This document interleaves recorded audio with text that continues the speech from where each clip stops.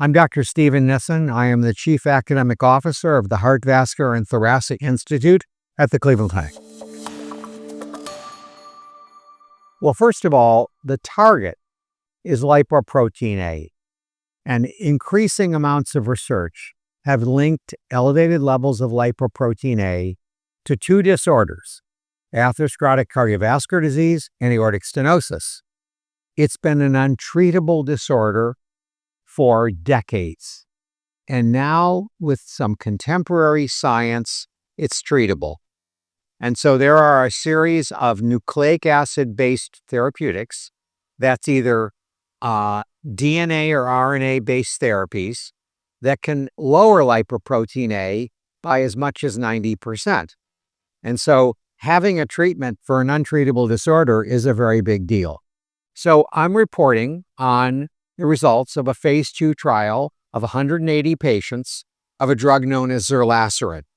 This is a small interfering RNA that's given by injection to lower lipoprotein A. It's been studied in phase 1. This is now the larger phase 2, more definitive study to determine the best dose and dosing interval. We studied, there was a 5-arm trial. We gave placebo every 24 or 16 weeks. We gave 450 milligrams every 24 weeks. We gave 300 or 450 milligrams every 16 weeks for several doses. And the question was, what was the most effective dosing regimen to go forward in phase 3? Well, first of all, the people we studied were typical patients with atherosclerotic cardiovascular disease. Their mean or median lipoprotein A levels were quite elevated, between 200 and 250 nanomoles per liter. A mixture of men and women, some Black patients, although not many. Very important to have Black patients because Blacks or African Americans have higher levels of lipoprotein A than whites, about twice as high. What we found, of course, the placebo didn't do anything, but the 450 milligrams every 24 weeks and 300 or 450 milligrams every 16 weeks produced a time average reduction in lipoprotein A of between 80 and 85%.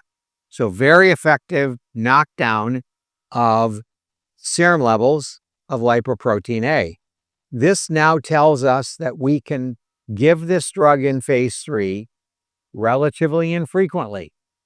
We can give it every 16 or perhaps even 24 weeks. The other interesting finding is that with each additional dose, levels went lower. There was a cumulative effect, and that's an important finding. The other thing about phase 2 is you always want to have data on safety. And the drug proved very safe. There were really no significant treatment emergent adverse effects. We did see 5 to 10% of patients had transient injection site reactions during the first day after administration.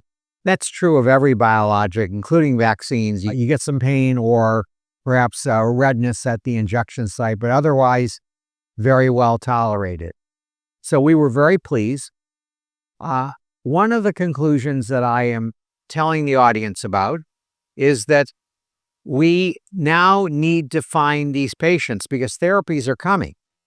And I did a large study a few years ago that showed that only 13.9% of patients with atherosclerotic cardiovascular disease actually knew what their lipoprotein A level was.